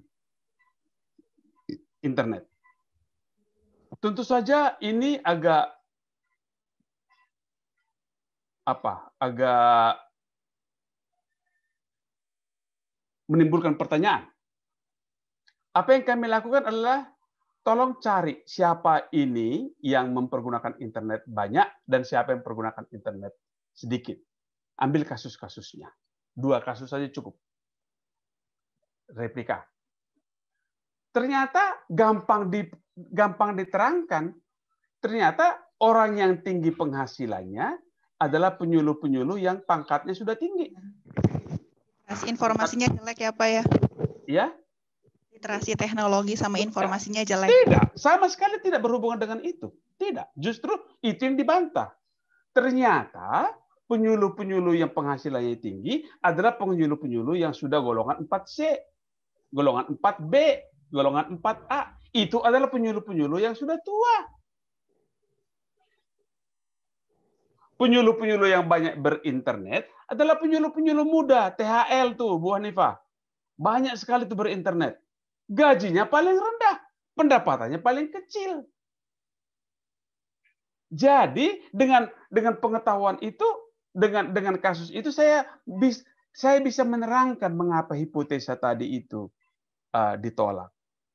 Begitu maksudnya. Bagaimana saya memperkaya penelitian saya, hasil penelitian saya yang kuantitatif dengan kasus gitu. Kuantitatif pakai survei tadi, ada hal-hal yang membingungkan saya di survei. Survei itu saya jawab dengan keganjilan-keganjilan tadi itu saya jawab dengan studi kasus. Begitu caranya, cantiknya menggabung-gabung, mengkombinasi-kombinasikan pendekatan penelitian itu. Ya, pertanyaannya adalah sampai seberapa jauh kita mau berheuristik, sampai seberapa jauh kita mau berkelana, dan di situ diperlukan passion seorang peneliti. Kalau udahlah ditolak H0, selesailah sudah, amin gitu, selesai juga gitu. Tapi ketika kita ingin bertanya terus, maka pertanyaan itu akan jalan terus. Pak Juara mohon izin. Yuk.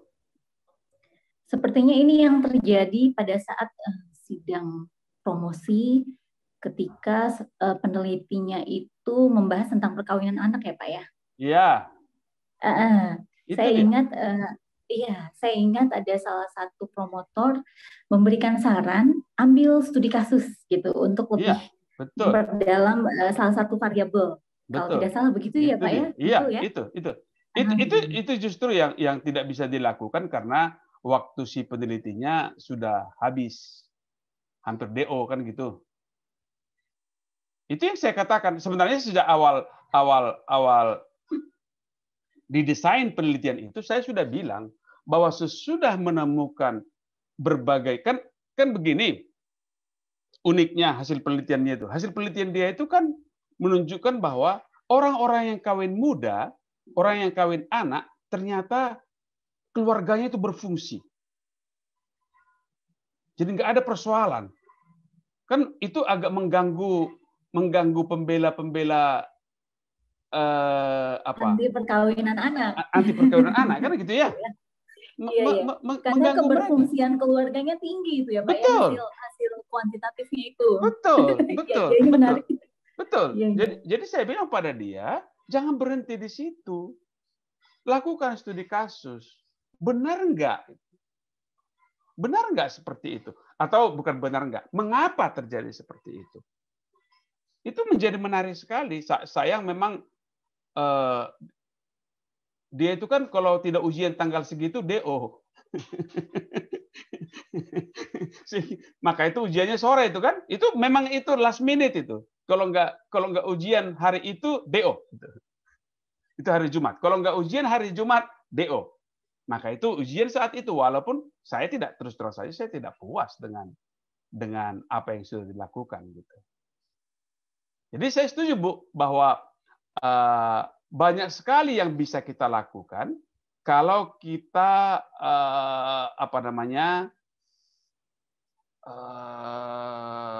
tekun dengan data kita.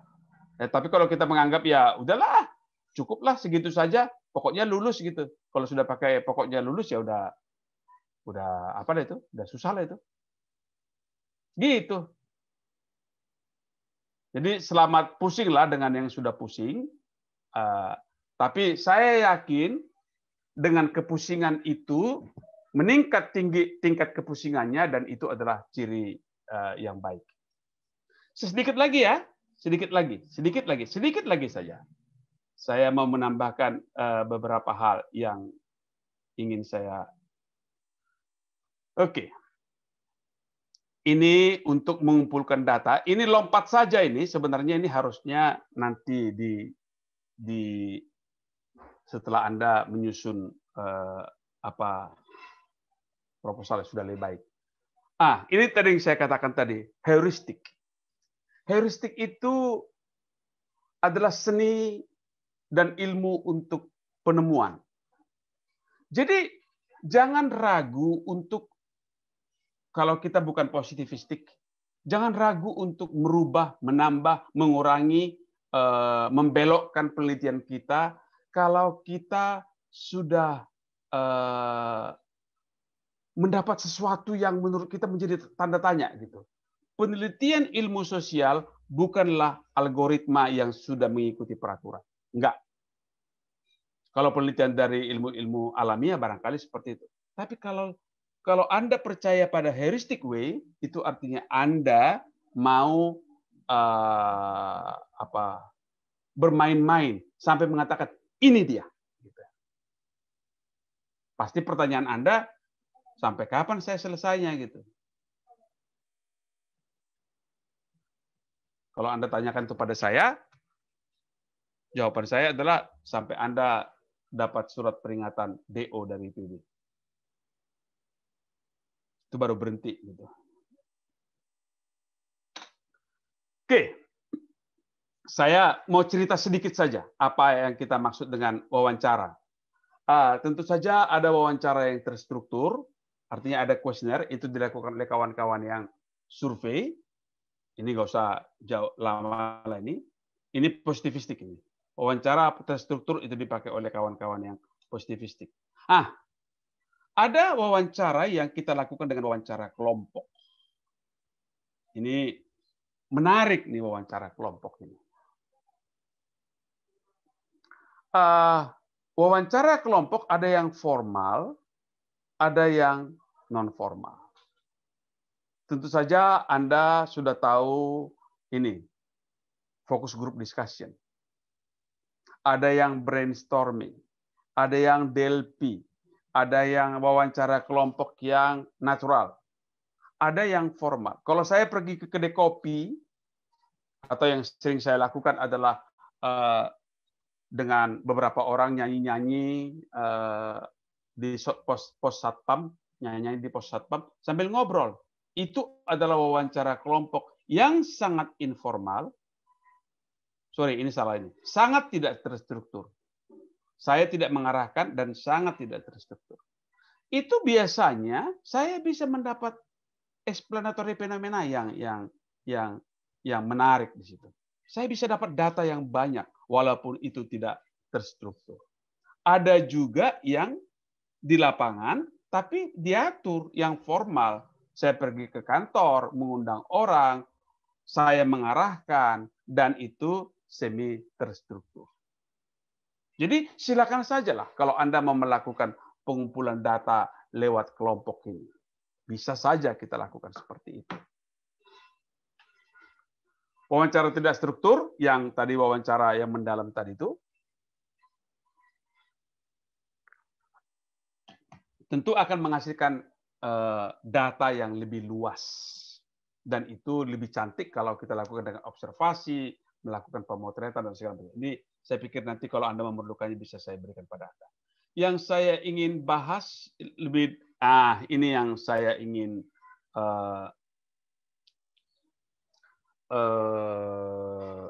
ulas. Dan barangkali ini menjadi isu yang bagus juga untuk Yosua. Bukan hanya soal berbasis gender, tapi juga berbasis bermacam perbedaan kategorial antara kita dengan sumber informasi. Bagaimana saya laki-laki bisa meneliti soal metode KB kalau responden saya adalah perempuan? Bagaimana saya bisa mewawancarai, misalnya saya orang Dayak, mewawancarai orang Madura tentang konflik yang terjadi di Kalimantan Barat atau Kalimantan Tengah. Ini menjadi persoalan yang menarik ketika bukan menarik ya. Krusial ketika kita melakukan wawancara yang basis kategorinya itu berbeda, bukan hanya soal gender, tapi basis kategori sosial. Seperti saya katakan tadi, soal suku. Kemarin ada diskusi yang menarik tentang ini mahasiswa S1. Mahasiswa S1 sedang meneliti soal sikap orang tentang COVID. Jadi ada satu komunitas katanya di Bandung, ini nggak tahu saya, kawan-kawan dari Bandung bisa konfirmasi. Komunitas itu tidak percaya pada pengobatan dan segala macam. Buat mereka, obat yang paling mujarab adalah air yang sudah didoakan oleh Pak Kiai. Itu yang mau ditelitinya. Lalu dia berkonsultasi pada saya. Saya katakan pada dia, kamu agamamu apa? Itu pertanyaan. Kenapa tanya agama, Pak? Katanya. Saya tanya, itu persoalan krusial dalam soal mengumpulkan data, karena yang kamu pertanyakan adalah persoalan yang bersangkut dengan keyakinan. Hal-hal seperti itu saya pikir menjadi penting buat kita ketika kita melakukan wawancara. Oke, saya teruskan sedikit lagi.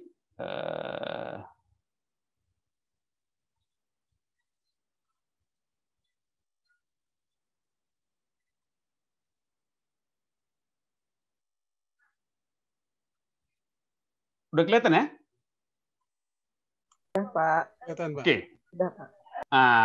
Ini nggak usah lah. Ini tips-tips saja lah. Bukan ini. Yang ingin saya katakan, yang ingin saya ulang, yang ingin saya tekankan adalah ini dia. Ketika kita melakukan penelitian kualitatif, ada yang sering dipertanyakan orang adalah soal validitas data. Bisa nggak dipercaya? Kau kan cuma mewawancarai satu orang. Valid nggak datanya itu? Validitas data menjadi sangat penting ketika kita berbicara soal penelitian yang berpendekatan kualitatif. Maka itu minggu lalu kita sudah berbicara untuk meningkatkan reliabilitas adalah dengan triangulasi. Artinya datanya jadi komplit. Itu meningkatkan reliabilitas. Sekarang kita mau melihat validitasnya. Apakah sah datanya itu? Ini ada 3 cara untuk melihat validitas data. Yang pertama adalah memeriksa dengan sumber data. Misalnya Anda melakukan dengan konstruktivis. Anda mencatat semua konstruk mereka, lalu catatan Anda itu Anda periksakan, Anda konfirmasikan dengan sumber data. Saya menyimpulkan kayak begini ya arti miskin menurut kalian. Benar, saya mencatat beginilah arti konflik menurut kalian. Saya mencatat bahwa inilah arti segala macam. Saya mengkonfirmasi hasil penelitian saya kepada sumber data. Maka itu banyak orang mengatakan bahwa penelitian kualitatif itu lebih panjang waktunya. Betul, dalam hal ini betul. Karena kalau Anda meneliti dengan kuantitatif, ketika Anda membuat kuesioner, validitasnya ada di kuesioner itu. Validitas dan reliabilitas data Anda uji ketika Anda menguji coba kuesioner itu. Sesudah itu, selesai. Kalau Anda penelitian kualitatif, validitas Anda yang pertama, sumber validitas adalah ketika Anda mengkonfirmasi kesimpulan Anda dengan sumber data. Itu yang pertama. Yang kedua adalah memeriksa kesahihan kesimpulan Anda dengan peer group. Peer group itu siapa? Macam-macam. Peer group itu antara lain dosen pembimbing Anda. Peer group itu antara lain ketika Anda membawa hasil penelitian Anda ke seminar. Jadi kalau di kuantitatif biasanya seminar itu adalah melaporkan hasil penelitian, di kualitatif itu salah satu fungsi seminar adalah memeriksa apakah kesimpulan-kesimpulan Anda sudah sah. Dan yang ketiga, validitas itu adalah memeriksa dengan teori. Barangkali temuan Anda adalah teori baru atau temuan Anda adalah sesuatu yang menguatkan teori yang sudah ada selama ini. Itu yang ingin saya tekankan ketika kita berbicara soal data dan mutu data dan bagaimana memanfaatkannya untuk penelitian. Silakan kalau ada. Boleh lihat referensi yang slide terakhir, Pak? Nanti saya kirimkan. Nanti saya kirimkan. Jangan takut. Semua file yang saya pakai itu saya kirim. Silakan. Izin Pak, kapan bisa ngopi bareng Pak? Ini kayaknya perdebatan nggak habis-habis ini Pak. Jadi simpulannya Pak. Ruang kelasnya kurang lama. Pak Oli. Ya, setelah menyimak dengan seksama penjelasan Bapak, artinya semua objek pun bisa dikuliti dengan studi kasus kan Pak ya. Kalau saya juga lihat jenisnya ada 3 kan, ada eksploratif, eksplanatif, sama deskriptif. Artinya kalau kita punya kecenderungan ke arah sana, kasus apapun bisa menggunakan pisau itu Pak ya. Begitu bukan Pak? Atau salah? Tergantung pertanyaan penelitiannya. Kalau berapa banyak, jangan pakai studi kasus Pak. Liar ya. Liar. Tetapi kalau pertanyaannya adalah mengapa, mainkan studi kasus di situ. Pasti komplit tuh. Siap Pak. Kalau berapa jangan Pak ya? Jangan. Itu lebih bagus pakai studi yang lebih yang lebih kuantitatif dan pakailah metode survei cocok itu. Kalau nyerempet ke judul yang saya rencanakan gimana Pak pertanyaannya Pak? Gimana itu? Pak? Lupa saya udah pertanyaanmu. Kan gini, Bismillah kemarin saya mengajukan judul meskipun sebenarnya nggak pas-pas banget ya. Temanya itu kan tentang komunikasi digital. Topiknya topiknya itu virtual. Nah, saya kadang tergoda untuk mencoba untuk studi kasus gitu ya. Cuman memang saya belum hatam tentang apa dan bagaimana studi kasus itu gitu. Artinya bukan soal bisa, artinya soal tepat gitu. Nah, bila mana yang pola komunikasi virtual saya dibedah dengan studi kasus, Pak, apa kecenderungannya itu tepat atau gimana, Pak?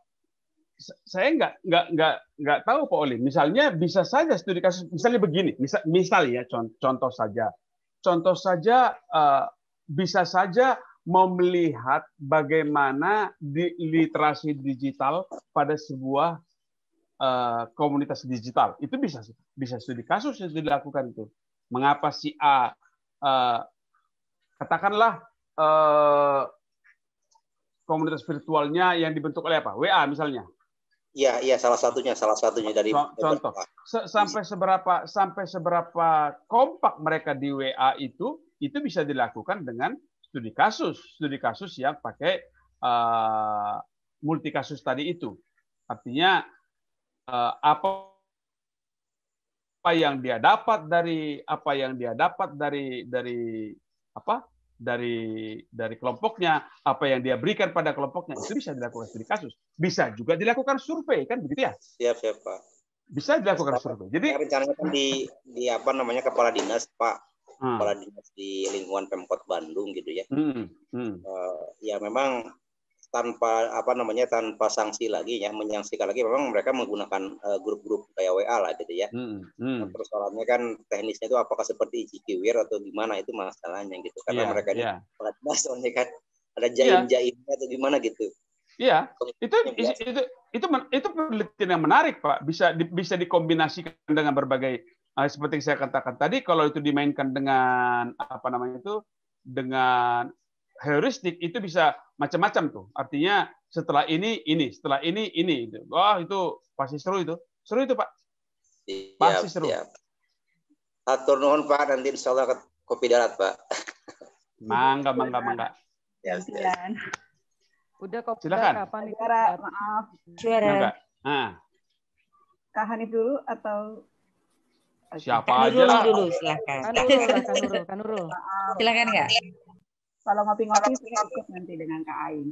Pak Juara, punten. Ya, mangga. Saya masih punya satu yang harus saya tanya ke Bapak pertama.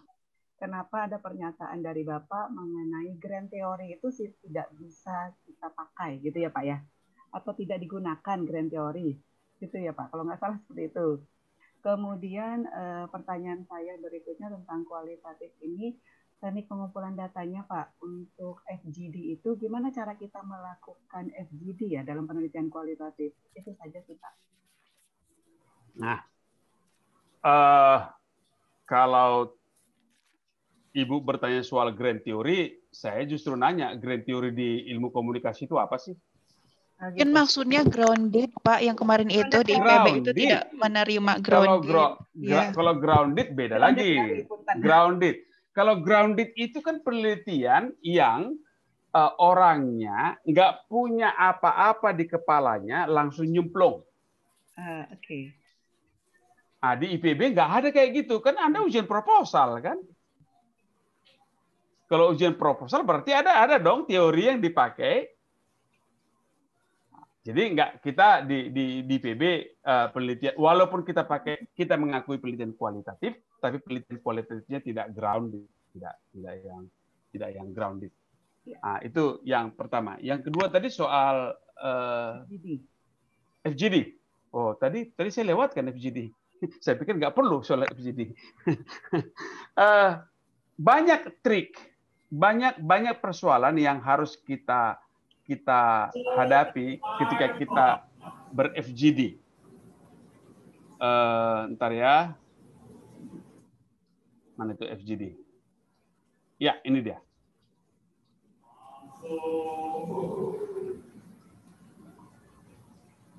Oke, Pak.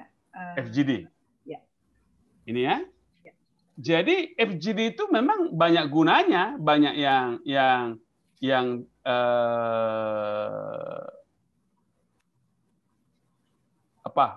banyak keistimewaannya.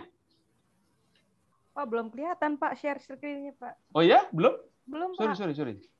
Saya keluar dulu ya. Saya keluar lagi. Oke. Mana tadi? Nah, ini. Ini ya. Oke. Udah kelihatan sekarang kan? Sudah, Pak. Kalau kita berbicara FGD, maka kita berbicara soal ada beberapa kata kunci di situ. Itu adalah diskusi, bukan wawancara. Bukan wawancara. Itu adalah diskusi. Kemudian itu adalah yang isi apa lagi sih? Gimana itu suara itu? Agak apa? Oh, maaf. Itu adalah kelompok, bukan individual. Itu adalah terfokus. Itu bukan bebas. Jadi ngobrol di kedai kopi bukan FGD. Kalau kita katakan FGD, itu adalah informasi yang khas tentang topik yang khas. Itu FGD. Baru kita katakan FGD. Kemudian ada di situ fasilitator. Nah, ini persoalan seorang fasilitator karena sering sekali FGD itu menjadi ada kemungkinan yang pertama adalah dinominasi oleh satu orang atau ada orang yang diam saja. Padahal hakikat FGD adalah ketika mereka saling mempengaruhi. Kalau saya ngobrol dengan seseorang, pasti jawabannya bisa berbeda kalau saya ngomong dengan seseorang itu di depan orang lain. Itu justru itu yang ingin diambil oleh FGD. FGD ingin melihat bagaimana pendapat orang itu ketika orang lain itu hadir. Jadi bukan individu. Kalau saya ingin mendapat pendapat individu, jangan lakukan FGD, lakukanlah wawancara individu. Kalau saya ingin melihat bagaimana pendapat dia ketika ada orang lain, lakukanlah FGD. Nah, ini yang sering macet, sering menjadi masalah itu. Ada orang yang tidak berbicara ketika ada orang lain, dan ada orang yang menjadi terlalu banyak berbicara ketika ada orang lain. Nah, ini keistimewaan seorang fasilitator. Menurut saya, anjuran saya buat kalian yang mau melakukan FGD, yang mau melakukan wawancara kelompok, lakukanlah dengan 2 orang.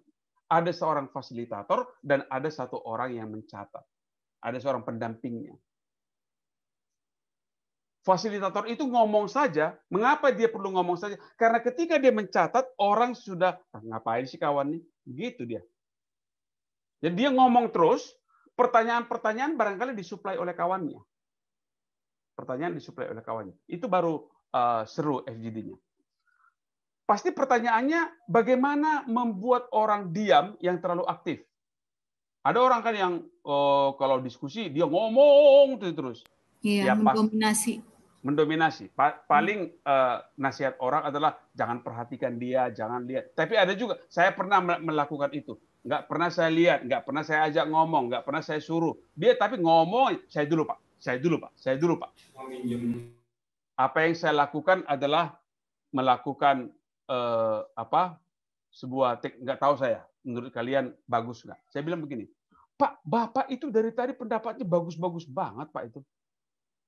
Dan pendapat Bapak itu istimewa sekali. Bisa nggak saya mewawancarai Bapak sendiri? Oh iya, saya senang sekali saya. Kalau gitu Bapak nggak usah ngomong di sini, nanti saya ke rumah Bapak dah khusus. Dengan cara seperti itu, beliau tidak lagi banyak berpendapat karena saya akan pergi ke rumah dia mewawancarai. Kemudian saya memang pergi ke rumahnya, tapi 1 gelas kopi dan 3 batang pisang goreng menjadi tambahan buat saya ketika itu. Tapi dengan cara membuat seperti itu, saya sudah berhasil membuat dia tidak mendominasi lagi pembicaraan. Bagaimana yang diam-diam saja?